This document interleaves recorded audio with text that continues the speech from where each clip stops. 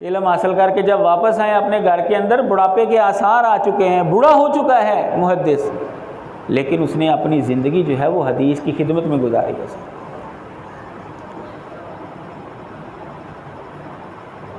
امام ابو حاتم رازی رحمہ اللہ کے حوالے سے یہ بات آتی ہے کہ انہوں نے اپنے علمی اسفار کے دوران بسا اوقات کپڑے بھی فروخت کر دیے ہیں۔ ان کو ضرورت پڑی ہے کہ میں نے اب دور کا سفر کرنا ہے، میرے پاس خرچہ ہونا چاہیے، تو انہوں نے اپنے فالتو کپڑے بھی جو ہیں وہ فروخت کر دیے، کئی کئی دن تک فاقہ جو ہے وہ کرتے رہے۔ یہ محدثین اعظام کی خدمات ہے۔ علمی خدمات میں دوسرا انداز محدثین نے یہ آزمایا، یہ طریقہ کار اختیار کیا تھا، تحقیق و تدقیق۔ بڑی تحقیق سے وہ روایت لیتے تھے، جیسا کہ میں نے امام بخاری رحمہ اللہ کا واقعہ آپ کے سامنے رکھا۔ صحابہ کرام رضوان اللہ علیہ مجمعین کے زمانے سے ہی یہ اصول چلا آ رہا ہے کہ ہر حدیث سنانے والے کی حدیث نہیں لی جاتی، اس بندے کو دیکھا جاتا ہے کہ وہ بندہ اس قابل بھی ہے کہ نہیں، کہ اس کی بات جو ہے وہ قبول کی جائے۔ محدثین اعظام نے ان حدیثوں کو بڑی تحقیق کے ساتھ جمع کیا، حتیٰ کہ ابو العالیہ ریاحی فرماتے ہیں کہ ہم بصرے میں حدیث سنتے کہ یہ حدیث فلاں صحابی نے بیان کیا ہے، تو ہمیں پتہ چلتا نا کہ یہ صحابی ابھی زندہ ہیں، تو ہم سفر کر کے وہاں پر پہنچتے اور ان صحابی سے ہم یہ حدیث سنتے، یعنی ایسی تحقیق کرتے کہ اگر وہ راوی موجود ہے، مرکزی راوی موجود ہے، زندہ ہے، دنیا کے کسی بھی کونے کے اندر ہے، تو فرماتے کہ ہم وہاں پر پہنچتے اور ان سے وہ حدیث بلا واسطہ ہم سنتے۔ اس طرح کی تحقیق کی ہے محدثین۔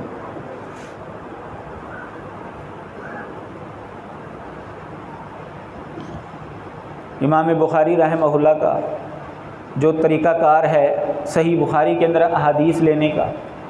اسی طرح امام مسلم رحمہ اللہ کا اور دیگر محدثین کا، آپ ان اصولوں اور ضابطوں کو آپ دیکھیں گے، اس تحقیق کو دیکھیں گے، اس تفتیش کو دیکھیں گے، تو انسان دنگ رہ جاتا ہے کہ دنیا کا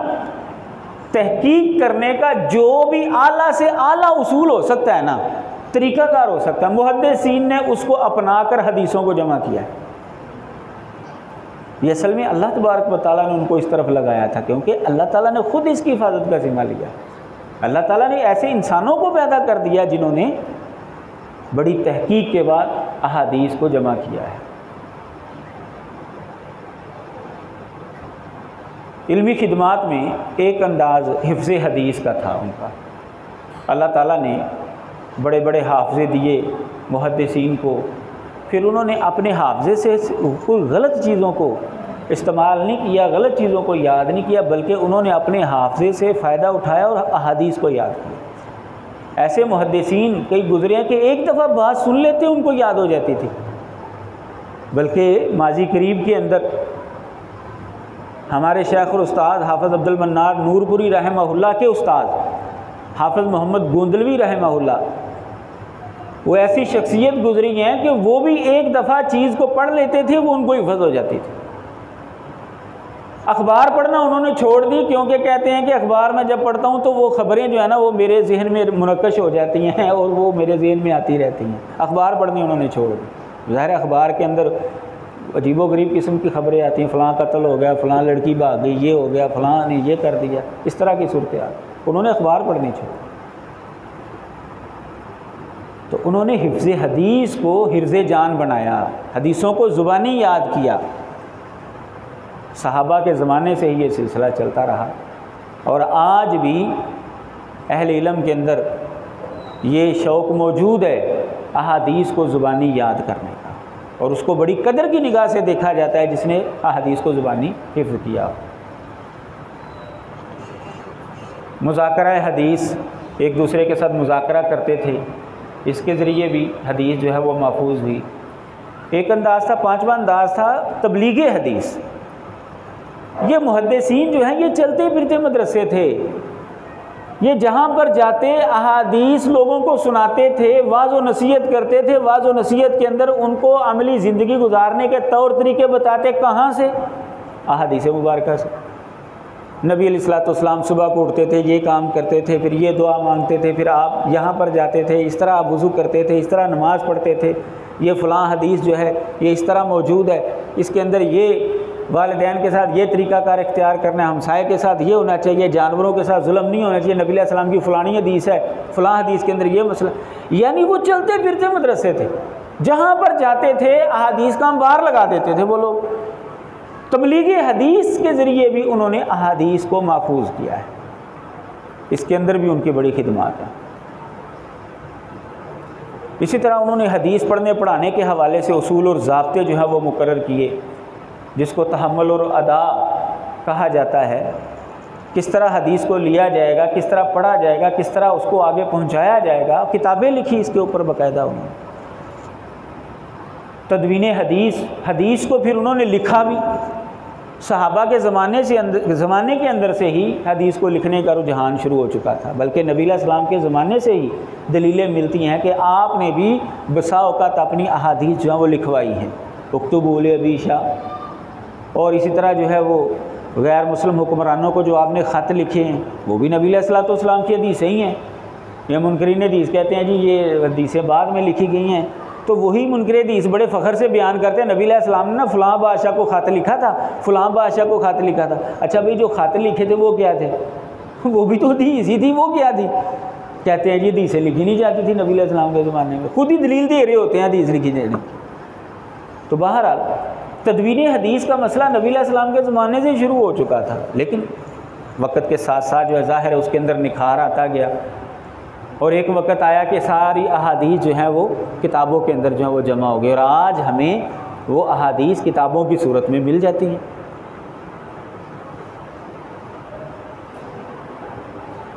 پھر اصول حدیث مقرر کیے انہوں نے، یہ علمی خدمات تھیں۔ حدیث کس طرح کی ہونی چاہیے،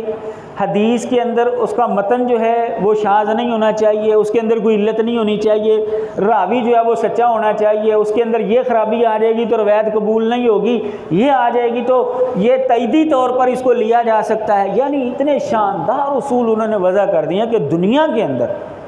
آپ تحقیق کر کے دیکھ لیں، دنیا کے اندر کسی مذہب والے کے پاس اپنے نبی کی بات کو پرکھنے کے لیے کہ یہ بات واقعی ہم تک یہ صحیح الفاظ میں پہنچی ہے یا غلط، اتنے شاندار اصول ہے ہی نہیں۔ ان کے پاس تو سند ہی نہیں ہے، باقی اصول کہاں سے آئیں گے؟ ہمارے پاس تو باقاعدہ سند موجود ہے، ہمارے شیخ ابھی بتا رہے تھے الحمدللہ ان کی سند جو ہے وہ بہت عالی ہے، ان سے لے کر نبی علیہ الصلوۃ والسلام تک جو ہے وہ 17 واسطے بتا رہے ہیں نا شیخ، 17 بندے ہیں جی، 17 بندے ہیں ان سے لے کر نبی علیہ الصلوۃ والسلام تک، اور وہ متصل سند ہے۔ ہمارے پاس باقاعدہ سند موجود ہے اور ایک ایک راوی کو پرکھنے کا طریقہ موجود ہے۔ یہ محدثین کی خدمات ہیں، انہوں نے باقاعدہ کتابیں لکھی اس کے اوپر، اصول حدیث انہوں نے مرتب کر دیے، جرح و تعدیل کے قوانین مقرر کر دیے انہوں نے، اور دنیا کے اندر کسی بھی سچائی کو پرکھنے کے لیے آپ ان اصولوں سے اعلیٰ اصول بنا ہی نہیں سکتے۔ لوگ کوشش کر کے دیکھ لیں، بنا ہی نہیں سکتے جتنے شاندار اصول محدثین نے وضع کر دیے۔ تو یہ محدثین کی علمی خدمات کے اندر بہت گراں قدر اضافہ ہے کہ انہوں نے اصول اور ضابطے مقرر کیے کہ کس طریقے سے ہمیں پتہ چلے گا کہ یہ راوی سچ بول رہا ہے یا جھوٹ بول رہا ہے، یا اس کی بات قابل قبول ہے یا نہیں۔ بندہ تو سچا ہوتا ہے لیکن بات بسا اوقات ایسی ہوتی ہے کہ وہ نبی علیہ الصلوۃ والسلام کی ہو ہی نہیں سکتی، یا اس کے اندر کوئی اس طرح کی خرابی ہوتی ہے کہ وہ متن کے اعتبار سے قابل قبول نہیں ہو سکتی۔ تو سند کے اعتبار سے بھی اصول اور ضابطے موجود ہیں ہمارے پاس، متن کے اعتبار سے بھی موجود ہے۔ تیسرا جو محدثین نے طریقہ اختیار کیا حدیث کو محفوظ کرنے کا وہ ہے دفاعی خدمات ان کی، یعنی احادیث کے اوپر جو شکوک و شبہات پیدا کیے گئے، سند کے اوپر شکوک و شبہات پیدا کیے گئے، لوگوں نے جو اپنی طرف سے حدیثیں گڑھنا شروع کر دیں، اس سے صحیح حدیثوں کو الگ کیا، یعنی انہوں نے جہاں پر شکوک و شبہات کا جواب دیا وہاں پر انہوں نے دودھ کا دودھ اور پانی کا پانی بھی کر کے دکھایا، انہوں نے حدیث کا دفاع بھی کیا ہے۔ جن لوگوں نے حدیث کی حجیت کا انکار کیا ہے ان کے شکوک و شبہات کا جواب دیا، حجیت حدیث کے اوپر دلائل دیے انہوں نے۔ کسی نے عقلی طور پر سوال کیا تو اس کو عقلی طور پر جواب دیا ہے، کسی نے سائنسی طور پر اعتراض کیا ہے تو سائنسی طور پر اس کو جواب دیا ہے۔ جس انداز سے کسی نے اعتراض کیا ہے محدثین اسی انداز سے اس کو جواب دیتے ہیں اور ثابت کرتے ہیں کہ حدیث بھی اسی طرح وہی ہے جس طرح اللہ تبارک و تعالیٰ کی کلام یعنی قرآن مجید جو ہے وہی ہے۔ خبر واحد کے حوالے سے جو اشکالات ہیں ان کو دور کیا اور بتایا کہ خبر واحد جو ہے وہ بھی حجت ہوتی ہے۔ یہ ہے دفاعی خدمات، یعنی حدیث کے اوپر جو اشکالات اٹھائے جا رہے ہیں، شکوک و شبہات اٹھائے جا رہے ہیں، وہ کلمہ پڑھنے والوں کی جانب سے ہوں یا غیر مسلموں کی جانب سے ہوں، محدثین نے ہر زمانے کے اندر اپنے اپنے زمانے کے اعتبار سے ان کا جواب دیا ہے، دفاع کیا ہے حدیث اور آج بھی اللہ کی توفیق سے کر رہے ہیں محدثین۔ چوتھا انداز ہے تشریحی خدمات، یعنی انہوں نے صرف یہی نہیں کیا کہ حدیثوں کو جمع کیا بلکہ انہوں نے بتایا ہے کہ اس حدیث کے اندر یہ جو لفظ آ رہا ہے نا، اگر آپ کو اس کا مطلب نہیں سمجھ میں آ رہا تو اس کا میں مطلب بتا دیتا ہوں، یہ عربی زبان کے اندر جو ہے نا یہ غریب لفظ شمار ہوتا ہے، اس کا یہ مفہوم ہے۔ باقاعدہ انہوں نے احادیث کے مشکل الفاظ کی تشریح کی، غریب الحدیث کے عنوان پر باقاعدہ کتب مرتب کی انہوں نے،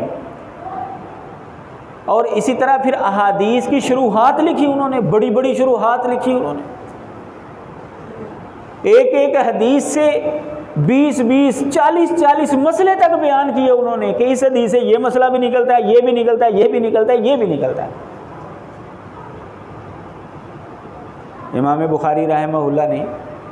صحیح بخاری کے اندر ایک حدیث سے کئی مسئلے نکالے، پھر ان کے بعد آنے والے لوگوں نے ان سے بھی زیادہ مسئلے جو ہیں وہ اخذ کیے، لوگوں کے پیش آمدہ مسائل جو ہیں وہ احادیث کے مطابق جو ہے وہ حل کیے۔ پہلے زمانے میں وہ مسئلہ نہیں تھا، بعد میں پیدا ہوا ہے تو محدثین نے غور کیا، اچھا یہ مسئلہ ہے، یہ تو فلاں حدیث کے فلاں جملے سے جو ہے یہ مسئلہ حل ہو جاتا ہے، جی یہ مسئلہ جو اس حدیث سے اس طرح نکل آتا ہے، آج تک اسی طرح سلسلہ چل رہا ہے۔ تو محدثین کرام نے تشریحی خدمات بھی بے شمار کی اور آج تک کی جا رہی ہیں، آج تک ہر زبان کے اندر جو ہے اس علاقے کے محدث جو ہیں وہ کوشش کر رہے ہیں کہ ہمارے زبان کے اندر حدیث کا ترجمہ ہو جائے، ہمارے لوگوں تک بھی حدیث جو ہے ان کی زبان کے اندر جو ہے وہ پہنچ جائے، اس کے ترجمے کر رہے ہیں، اس کی تشریحات کر رہے ہیں، مشکل الفاظ کے معنی بتا رہے ہیں۔ تو محدثین اعظام رحمہ اللہ نے جو خدمات سر انجام دی ہیں ان کو 4 انداز سے جو ہے ہم پرکھ سکتے ہیں، ایک عملی اعتبار سے، ایک علمی اعتبار سے، ایک دفاعی اعتبار سے اور ایک تشریحی اعتبار سے، اور اس حوالے سے چند گزارشات میں نے آپ کے سامنے رکھی ہیں جس سے یہ ثابت ہوتا ہے کہ یہ اللہ تبارک و تعالیٰ کی حفاظت کا ہی ایک انداز ہے کہ اللہ تعالیٰ نے ایسے علماء، ایسے محدثین پیدا کیے کہ جنہوں نے ایک ایک حرف جو ہے وہ جمع کر کے ہمارے تک پہنچا دیا اور یہ بھی بتا دیا کہ یہ حرف نبی علیہ الصلوۃ والسلام سے ثابت ہے اور یہ حرف نبی علیہ الصلوۃ والسلام سے ثابت نہیں ہے۔ علی وجہ البصیرت ہم اسلام کے اوپر جو ہے وہ عمل کر سکتے ہیں کیونکہ ہمارے پاس ایسے اصول اور ضابطے موجود ہیں، ایسی شخصیات موجود ہیں جن کی بدولت ہم انہی الفاظ تک پہنچ پاتے ہیں جو الفاظ رسول اللہ صلی اللہ علیہ وسلم نے ادا کیے تھے اور جو الفاظ اللہ تبارک و تعالیٰ نے نبی علیہ الصلوۃ والسلام کو دیے تھے۔ اللہ تبارک و تعالیٰ ہر ایک کو سمجھنے کی توفیق عطا فرمائے۔ وآخر دعوانا ان الحمد للہ رب العالمین۔